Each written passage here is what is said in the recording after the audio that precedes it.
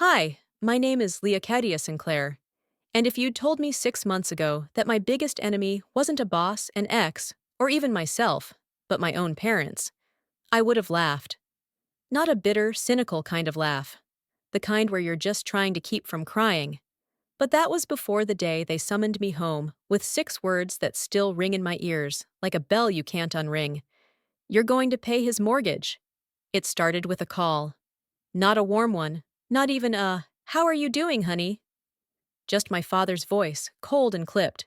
"We need you back this Sunday, it's important." I knew better than to ask questions. In my family, curiosity was often met with silence, or worse, sarcasm disguised as wisdom. So, I went.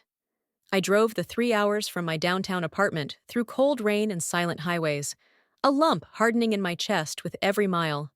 The Sinclair house hadn't changed. White shutters, a mailbox that leaned slightly to the left, like it was tired of holding secrets, and a front porch that creaked like it remembered too much. Mom opened the door. Her face didn't break into a smile. She just stepped aside and said, "Good, you're here." In the living room, Dad was seated in his usual chair, the one no one else dared touch.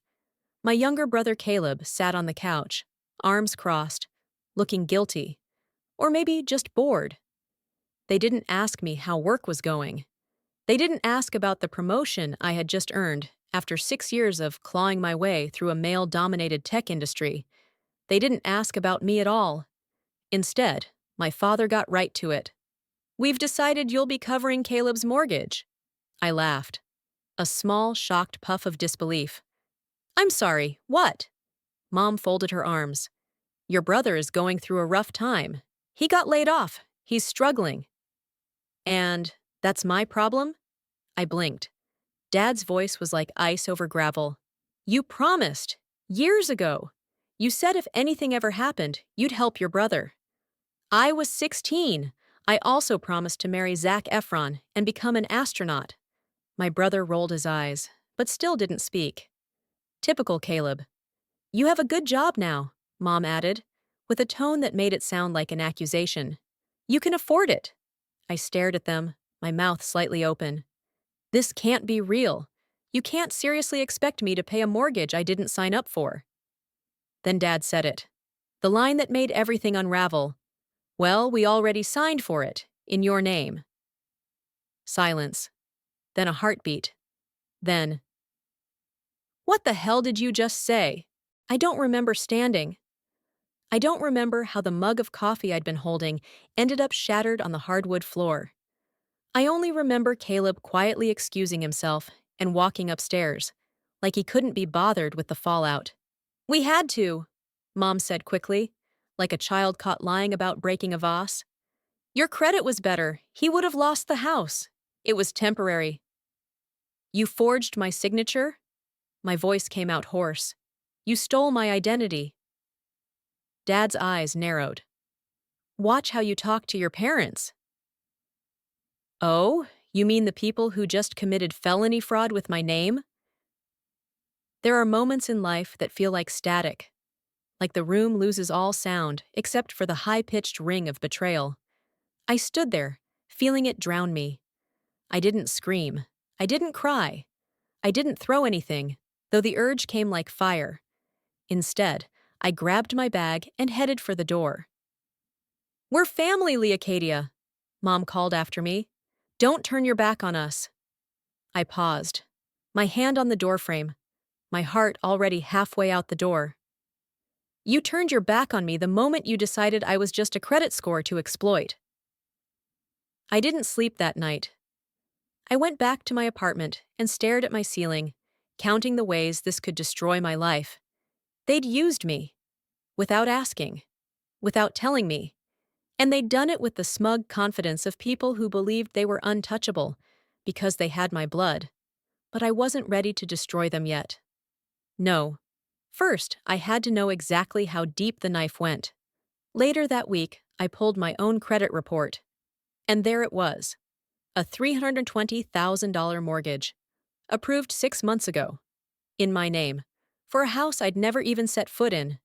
I stared at the screen until the numbers blurred. Then I checked my savings account. 1247s.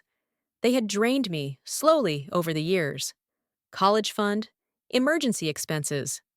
We'll pay you back, they'd always said. They never did. I filed a report, quietly. And then I did something I never thought I'd do. I texted Caleb, "When were you going to tell me?" Read. No reply. The thing about betrayal is that it doesn't shout. It whispers. It shows up in the little things. The way your mother smiles only when you're useful. The way your father only calls when something breaks. The way your brother hides behind their excuses like a ghost behind a curtain. But this wasn't a whisper.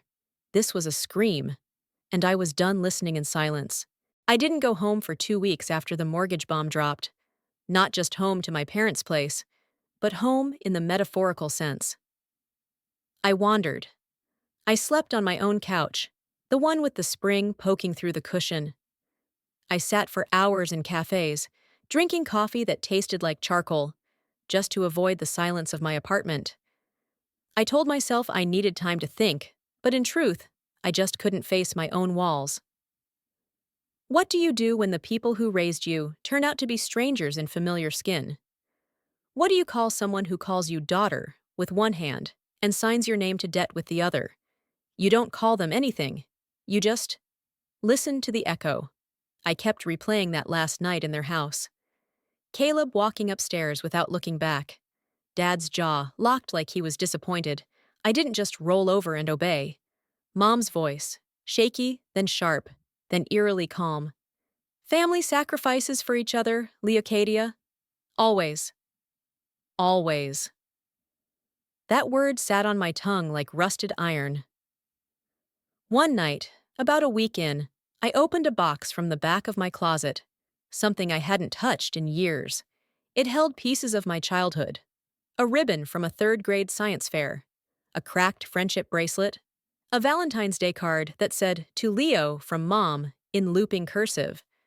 Underneath it all, I found a photo of me at 16, grinning with a scholarship certificate in my hand. Full tuition, stamped in big red letters at the top. I stared at it. Then I flipped it over. In my own handwriting, faded. Brown University. They said no. They said stay close. Take care of Caleb. My hand clenched. The paper bent in my fingers. They lied. They told me Brown had rejected me. They said the email came directly to them because I'd used the family account. I believed them. Why wouldn't I? They were my parents. I called the Brown University admissions office the next morning. I gave my name, my high school, the year I applied. There was a long pause on the other end. Then the woman said gently, "Miss Sinclair, you were accepted. Full scholarship. We even mailed a welcome packet." It was never returned. I think that was the first time I truly cried. Not for the debt, not for the betrayal, but for the version of myself that never got to be. The version who went to Ivy League classes, who met professors that believed in her, who interned at Google or Apple or hell, even NASA. The version who didn't carry the weight of everyone else's future on her spine until it cracked. They stole her. Quietly. Cleanly. Without remorse. I called Aunt Celine. Not because we were close. We weren't. She was the weird aunt. The one who wore caftans in winter and refused to let anyone call her ma'am.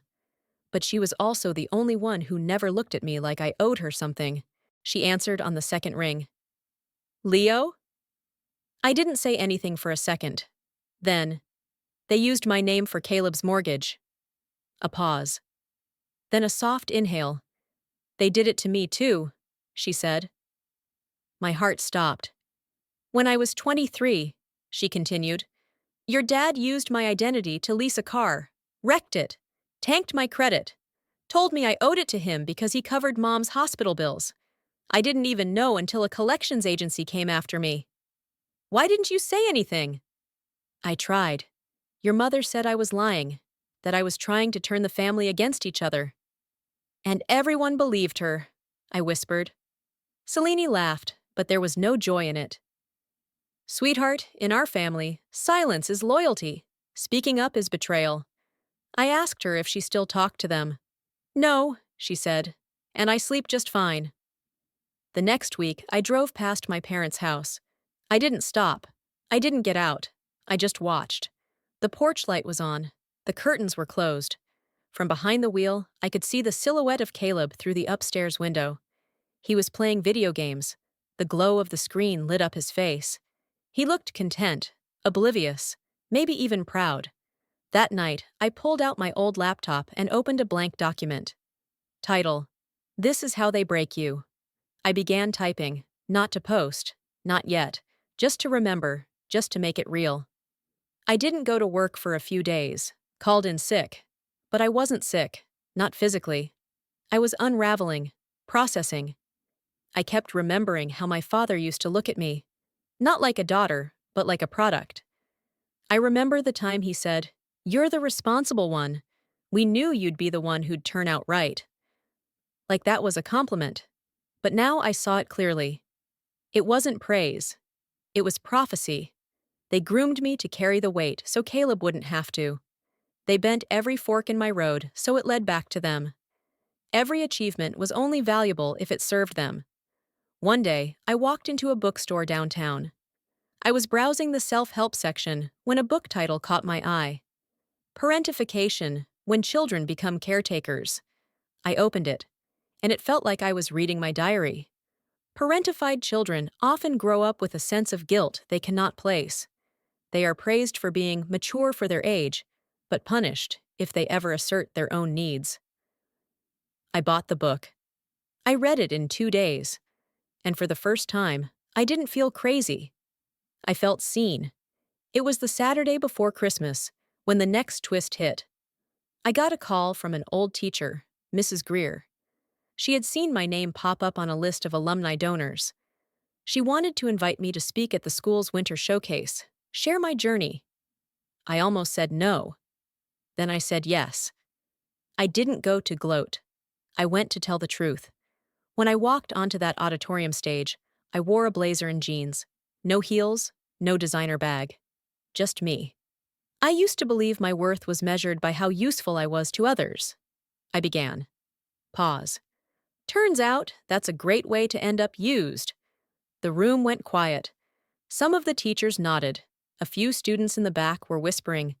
But one girl, front row, with glasses and a nervous smile, looked straight at me like she understood every word. I told them about resilience, not as a triumph, but as a consequence. I didn't get stronger because I wanted to be, I said. I got stronger because no one ever showed up for me. After the talk, that girl came up to me. She didn't say much, just, "My mom makes me pay rent. I'm 15. I gave her my email. She squeezed my hand like it meant everything. And maybe it did. The first time I logged into the mortgage account, my hands were shaking.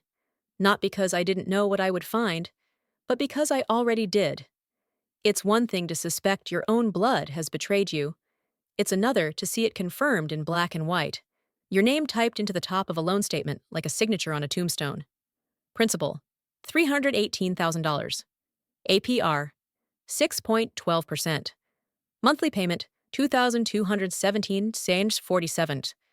The address was one I'd never stepped foot in. Caleb's house. There it was. Legal. Active. Bound to me. A bank I didn't recognize had approved it, and somewhere in a system I'd never touched. My credit, my identity, and my trust were all leveraged like chips in someone else's game. I was still staring at the screen when my email pinged. A new notification. Upcoming payment due February 1st. I laughed. Not the kind of laugh that reaches your eyes, the kind that bubbles up from your ribs when your sanity starts to crack. The next morning, I called the bank. "Hi, yes, this is Leocadia Sinclair. I'm calling about a mortgage I believe was fraudulently opened in my name." A pause. "Can I get the last 4 digits of your social security number?" I gave it. Then, "I see the account. What specifically seems fraudulent?" "Well," I said, gripping the phone tightly, "I never authorized the loan. I never signed the paperwork. I never lived at that address." She said slowly. Our system shows a verified e-signature and IP trace linked to your family's home address. Of course it did. They didn't even try to cover their tracks. They used the family Wi-Fi. I leaned back, letting the phone rest between my shoulder and cheek. My eyes burned. Can you send me the original documents on file? Absolutely. They'll be emailed shortly. Click. I sat in silence. 5 minutes later, the documents arrived. There it was. My name. My supposed e-signature. A full digital trail of consent, forged to perfection. I should have felt violated. But what I felt was worse. Familiarity. Because this wasn't new. This was just the latest mutation of a disease that had lived in my family for years. Unspoken. Untreated. I knew I needed help. That's when I called Jose. We met freshman year of college. Me, an exhausted computer science major with a quiet rage. Him, a criminal justice major with a passion for righteous trouble. He'd gone on to become a fraud investigator with the Federal Reserve. If there was anyone who could help me unravel this mess, it was him. "You're serious?" he said after I explained everything. "Dead." "Jesus, Leo." "I know. Are you okay?" That question stopped me. I wasn't sure how to answer it. "I'm functional." "Bullshit," I smiled. "The kind that aches in your chest. That's the best I've got." We met at a coffee shop downtown. Jose had his laptop out before I even sat down. He pulled up the mortgage documents I forwarded and whistled low. They didn't even use a proxy server. No VPN. Just straight up signed in as you from their own IP. "Because they didn't think I'd fight it," I said. "They didn't even imagine I might say no." Jose nodded. Classic family scam tactic. Emotional blackmail wrapped in legal fraud. He was already opening new tabs. "We're going to build a timeline. Everything they've touched. Emails, loans, transfers. Hell, we'll check for vehicle leases if we have to." It was hours before we stopped. By the end of that night, we had something that looked less like a family tree and more like a conspiracy map. At least 2 prior loans with my name on them, both since paid off. A shared family account with my credentials attached, one I had never accessed. Several withdrawals from a savings account I'd opened in college. $200 here, $400 there, disguised as emergency transfers. They hadn't just crossed a line. They'd built a damn highway on it, and I had been walking it blindfolded for years. "Leo," Jose said quietly, "you could press charges." I looked at him, and I saw it in his face, the thing no one else had dared say out loud. "But they're your parents," he added, softer this time. Exactly, exactly. That was the trap. That was always the trap. I couldn't sleep that night, not just because of the legal implications, but because my brain wouldn't stop spinning through memories that now felt corrupted. The time Mom cried in the kitchen because she said she didn't know how they'd pay Caleb's tuition. The time Dad congratulated me for buying my first car in cash, saying, "That's why we raised you right." Every moment they told me I was responsible. Every moment I thought they meant it as love. The next morning, I logged onto Caleb's Instagram. His latest post, standing next to a brand new PS5, holding a Starbucks, captioned, "Love the grind, warn hustle hard." The grind? The grind he wasn't paying for. I drove to their house that afternoon. I didn't go inside. I parked across the street and watched, heart racing like a thief's. A UPS truck pulled up, dropped off a package. Mom opened the door in a brand new fleece robe, laughed at something on her phone, took the box inside. They weren't hiding. They weren't ashamed. They weren't even aware they'd done anything wrong. And that was the final break. That was the Giot Nuok Tran Li. I went home. I opened a new document on my laptop. This time, not just notes, not just venting. A legal strategy. A list of every date, every account, every document. I emailed it to Jose with the subject line, "They chose war." Then I sat back in the silence and whispered aloud, "So will I." The thing about betrayal is that once it opens your eyes, you start seeing everything differently. Not just the past, but the present. The people you thought were harmless become chess pieces. The places you once called safe turn into evidence. Even your own reflection stops feeling familiar. I stood in front of the bathroom mirror that morning and didn't recognize myself. Not because I looked different, but because for the first time, I wasn't telling myself to be the bigger person. I wasn't writing a script of forgiveness before the apology even arrived. I was quiet, yes, but not passive. There's a difference. Quiet can be tactical. And now, I was ready to make silence my sharpest tool. I started with the florist. Claire's wedding florist, to be exact. I'd met her once, when I attended a meeting on Claire's behalf, because my sister was too emotionally drained that day. Her name was Marcy. Mid-40s, no nonsense, ran her business out of a converted greenhouse behind her house in Silver Lake. I called her under a different number. "Hi, this is Cressida Lancaster. I'd like to confirm that my name and billing details are removed from any pending invoices for Claire Travers' event." There was a pause. "Oh, hi. That's odd. I thought Claire said, 'She's mistaken, please remove me. And if she asks, feel free to tell her I requested it. I have nothing to hide.'" I could hear the curiosity forming in Marcy's throat, but she didn't press. "Okay, I'll make the update." That's all I needed. One step, one unhooked thread. And it felt like breathing for the first time in weeks. I spent the rest of the afternoon contacting vendors. The jazz trio, the rental company, the makeup artist. I wasn't canceling anything, not yet. I was just erasing myself from the framework. No longer the financial savior, no longer the invisible scaffolding holding up Claire's fantasy. She wanted a wedding without me? Let her have it, and let her pay for it. Around 7 p.m., I got a call from my cousin Lizzie. She didn't usually call. "Did you pull out of the wedding stuff?" she asked immediately. No hello. Just sharp, breathless curiosity. "Depends who's asking," I replied, keeping my voice level. "It's all over the group chat. Claire's freaking out. She said you're sabotaging her big day." "I'm correcting a mistake," I said. "I never should have been involved." Lizzie hesitated. "She's telling everyone you've gone unstable, that you threatened Andrew." I let the silence hang long enough to make a point. Then I said calmly, "Do you believe that?" There was a pause. A long one. "I don't know what to believe anymore." That was honest. And it was enough. "Lizzie," I said, softening my voice, "don't pick sides. Just pay attention." That call changed something. Not in the plot, yet, but in me. I realized I no longer cared whether people believed me. I just wanted them to question her. I didn't sleep much that night, but I wasn't restless.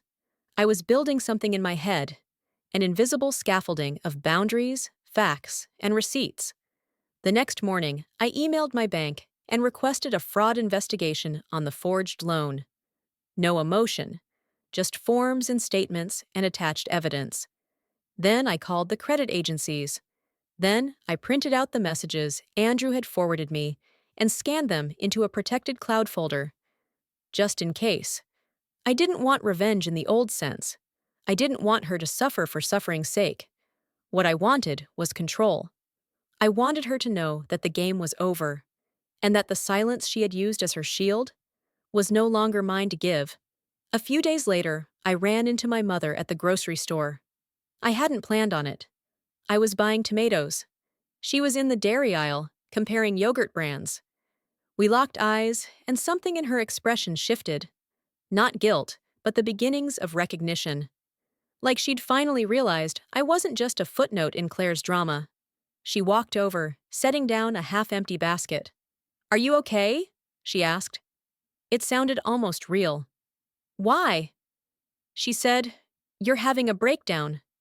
I tilted my head. "Is that what she told you?" "She said you're jealous, that you're trying to ruin the wedding, that you forged my name on a loan application, that I took out credit cards I never touched, that I sent her fiancé copies of her own messages." My mother's face went pale. I didn't yell. I didn't raise my voice. I just stood there in the yogurt aisle, letting the facts hang between us like unwelcome confetti. She didn't reply. Not because she didn't have words, but because, for once, she knew I wouldn't make space for them. That night, I sat with a cup of tea and reread every email Claire had ever sent me in the last 5 years. I archived the ones that dripped with fake affection, flagged the ones where she guilt-tripped me into money, screenshot the ones where she called me family only when she needed something. Then I opened a blank document and wrote down one line. I am not the villain in her story just because I stopped playing the side character in mine. The air smelled like champagne and roses, the kind of artificial sweetness that clings to everything: clothing, skin, even memory. I stood under the shadow of a silk-draped trellis outside the rental hall, watching guests file in with their pastel dresses, polished shoes, and curated smiles. Nobody noticed me. Perfect. Claire's wedding was nothing if not curated. The venue looked like it had been pulled from a bridal magazine. Chandeliers dangling over rows of white chairs, soft instrumental music drifting from hidden speakers, gold-rimmed place cards fanned out on the welcome table like an apology waiting to be revoked. I wasn't supposed to be here, but the funny thing about being uninvited is that it removes the need for permission. I walked inside without hesitation. No one at the check-in table questioned me. I wore a navy dress, understated, expensive, anonymous. My hair pulled back, lips painted the shade Claire once said made me look too strong. I'd saved it for today. She was across the room, radiant in ivory lace, fake laughing with a group of extended cousins. Her posture perfect, her eyes alert for praise. I saw Andrew standing nearby, alone, shoulders stiff, eyes darting like a man who'd realized he wasn't attending his own wedding so much as performing in someone else's fantasy. When she spotted me, Claire froze. It lasted half a second. Then the smile snapped back on like a light switch.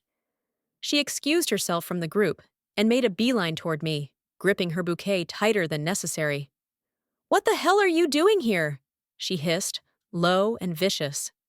I tilted my head. "Nice to see you too." "You weren't invited." "No," I said calmly. I believe the phrase was, "You're not welcome." Not quite the same thing. Her nostrils flared. "This is my day. You're not ruining this for me." "I didn't come to ruin anything. I just came to return something you forgot." I handed her the envelope. Cream-colored, no markings, just thick enough to contain everything she'd spent weeks trying to bury. She blinked at it. "What is this?" "You'll figure it out." I turned away before she could respond, made my way to the back row of seats, and took a seat as if I belonged there. Because I did. People started to whisper. Claire hadn't moved. She was still standing near the entrance, envelope clenched in one hand, like it might detonate. Andrew noticed, walked over. She shoved the envelope into his chest and muttered something under her breath. He opened it and read. He didn't speak, but he looked up at me, just once, with something like shame flickering behind his eyes. Maybe guilt, maybe relief, maybe both. Claire snatched the papers back from him and disappeared through the side hallway, with a bridesmaid trailing behind like a confused duckling. A few minutes passed, then more. The music looped awkwardly. Someone coughed. Then the whispers began in earnest. "Is she okay? Did something happen? She's probably having a moment." They didn't know. Not yet. But they would. Andrew finally stepped forward and addressed the crowd. "We're going to take a brief pause, just a few minutes. Thank you for your patience." No one clapped. No one smiled. The mood had shifted, subtle and seismic. I stood and walked toward the exit. That was all I needed. Not revenge, not a scene, just the silence that follows the truth. Outside, I exhaled into the cool air and felt something in my chest unclench. I hadn't burned anything down. I'd just stopped holding it up. Later that evening, I got a text from Lizzie. "You really did it, didn't you?" I didn't reply. Because I wasn't interested in being the story anymore. I just wanted to be free of it. The first morning in Portland was quiet in a way that felt intentional, like the city knew I needed a soft landing. I opened the window of my new apartment and let the fog roll in across the hardwood floor. It smelled like pine and coffee beans and wet pavement, clean and unfamiliar. No echoes of arguments, no ghosts of obligations. Just me, in a studio apartment I paid for myself, in a city where no one knew my last name. I didn't run away. I chose to leave. There's a difference. After Claire's wedding, what was left of it, I didn't wait for her to call. I didn't answer my mother's second voicemail or the cryptic email Andrew sent with the subject line, "Sorry." I booked a one-way ticket, gave my landlord 30 days' notice, sold half my furniture, and donated the rest. I wasn't angry anymore. I was empty, but not in a broken way, in a cleared-out, ready-to-be rebuilt kind of way. The job I landed was part-time, nothing glamorous. Community outreach assistant for a nonprofit that worked with women rebuilding their lives after leaving high-control families. I found the listing through a friend of a friend.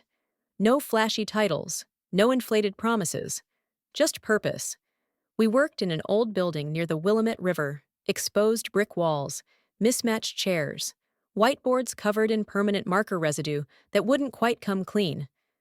My first day, my supervisor, Jenna, handed me a folder and said, "You don't have to save anyone, just listen." I carried that line with me like a second skin, because for so long, I'd mistaken endurance for virtue. I'd believed that if I could survive my family, then I was strong. But here, I was learning something new. Survival is not strength if you never learn to say no. One afternoon, a woman named Teresa came in. She had 3 kids and a husband who called her a burden when she had a miscarriage. She cried without noise, hands twisting the sleeves of her hoodie like she was trying to disappear into the fabric. I made her tea. I sat beside her. I said, "You're not crazy. You're just finally noticing the pain you've been trained to ignore." She didn't answer, but she stopped shaking. Nights were hardest. Healing isn't cinematic. It's not bath bombs and playlists and yoga. It's boring. It's uncomfortable. It's eating alone and not checking your phone. Resisting the urge to explain yourself to people who never cared to ask. It's waking up at 3 odd a.m., convinced you made everything worse, then remembering that no one ever got better by staying small.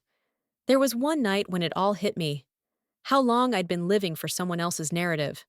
Claire's tears, Claire's wedding, Claire's life, and how many pieces of mine I'd given her to help hold it together. I sat on the kitchen floor, knees to my chest, and whispered, "You can stop now." Just that.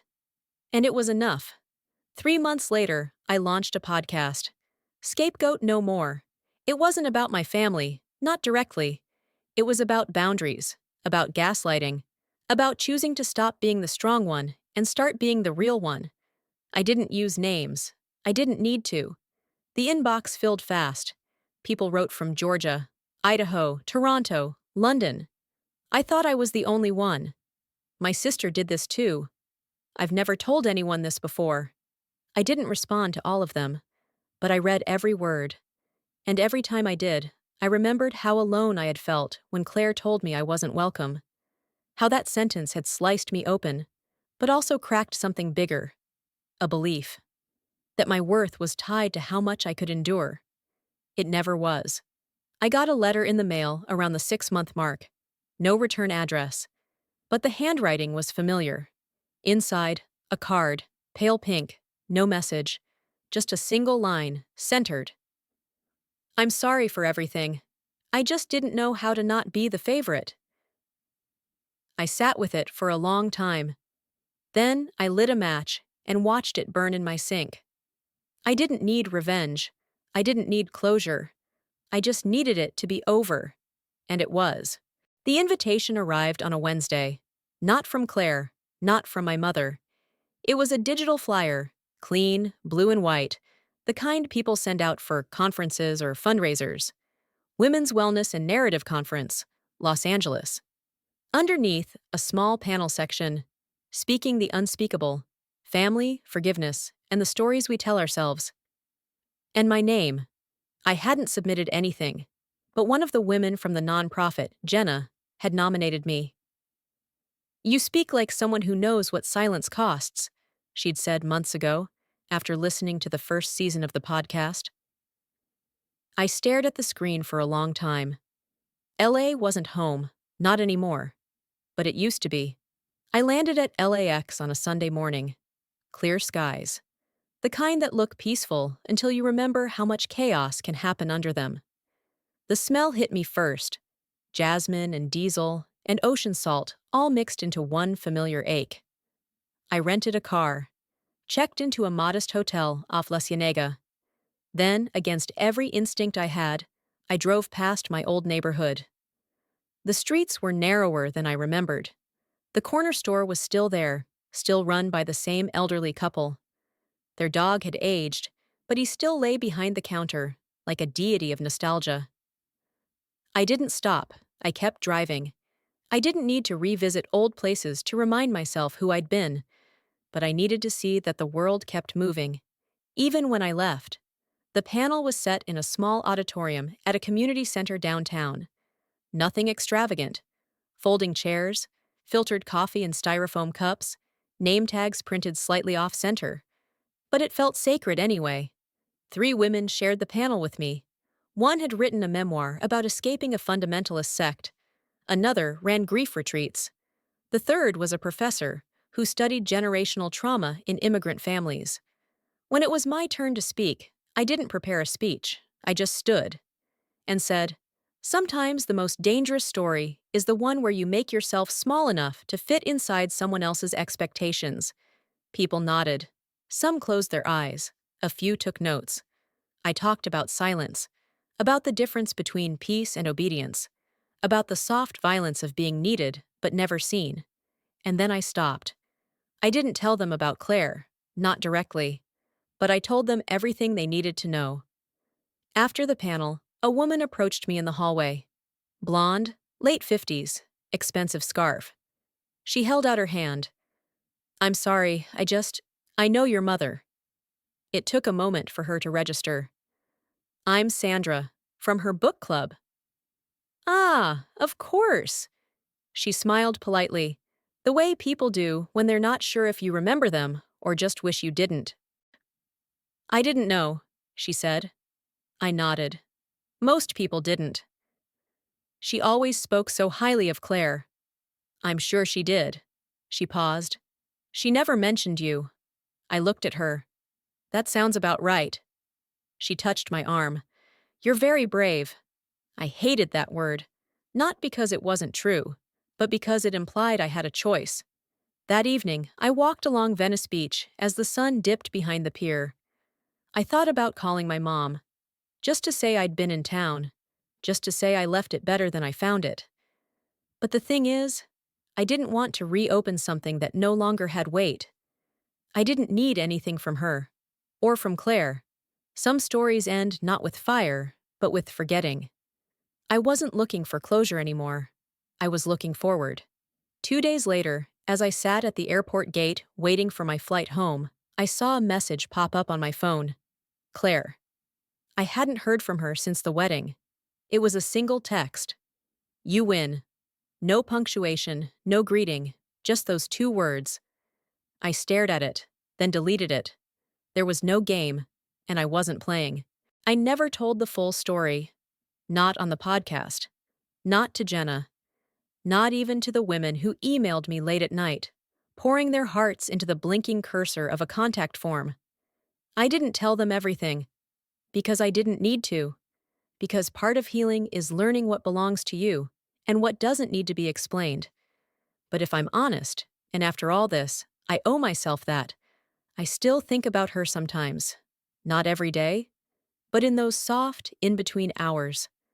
When the kettle's whistling, or when I'm folding clean sheets and catch myself humming a song we used to share. There are fragments of her that linger, like echoes in a hallway I no longer walk down. Not longing, not mourning, just noticing. There's a kind of grief that doesn't wear black. The kind that doesn't show up with casseroles or sympathy cards. It's the grief of releasing something that never truly existed. The idea of a sister. The dream of a mother who would ask, "How are you, really?" That version of family never lived outside my head. And still, I loved them. Still, I waited. And when I stopped waiting, I became someone else. 6 months after the conference, I received a voice memo from a woman in Arizona. She didn't give her name. Her voice was quiet, measured. I listened to your episode on emotional exile. I've never told anyone what my sister did, not even my therapist. But hearing you say, "You are not hard to love, some people just don't know how to," that cracked something open in me. She paused, then said, "Thank you for not fixing it, just for naming it." I played it twice. Then I cried. Not because it hurt, because I finally understood that telling the truth, my truth, had never been about revenge. It had been about recognition. For every girl who felt too big for her home, too small in her sister's shadow, too tired of carrying a silence that wasn't hers to bear. These days, I live in a house surrounded by cedar. My dog, Icarus, likes to nap in the sunlight patch by the reading chair. The air smells like damp moss and cinnamon from the tea I drink in the mornings. I grow basil in the kitchen and write from a desk I built myself. Imperfect, but solid. There are no picture frames on the walls. Not because I'm trying to forget, but because I'm still learning what I want to remember. Sometimes I reread old journal entries, the ones where I begged myself to just be nicer, quieter, less me. I don't write like that anymore. Now my handwriting is firmer, my sentences less apologetic. Sometimes I still catch myself asking, would they have loved me if I'd been different? But then I make coffee, or take Icarus for a walk, or answer another message from someone who just found the podcast and says, I thought it was just me. And I remember, it was never about being lovable. It was about being safe. I never heard from Claire again, not after the text, not after the wedding fallout, not even after she found out about the podcast. She's still out there, maybe married, maybe divorced, maybe posting filtered happiness in curated squares. I don't check. Not out of bitterness, out of peace, because there's nothing in her life that belongs in mine anymore. Sometimes the most radical act isn't confrontation, it's distance.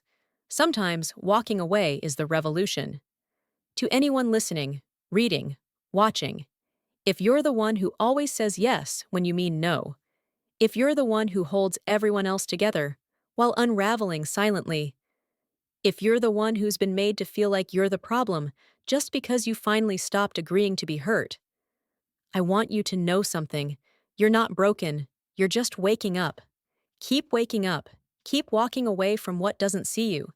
And if you've ever stood in a room full of people who called themselves family and felt like a stranger, just know there's another room somewhere. One where your voice fits.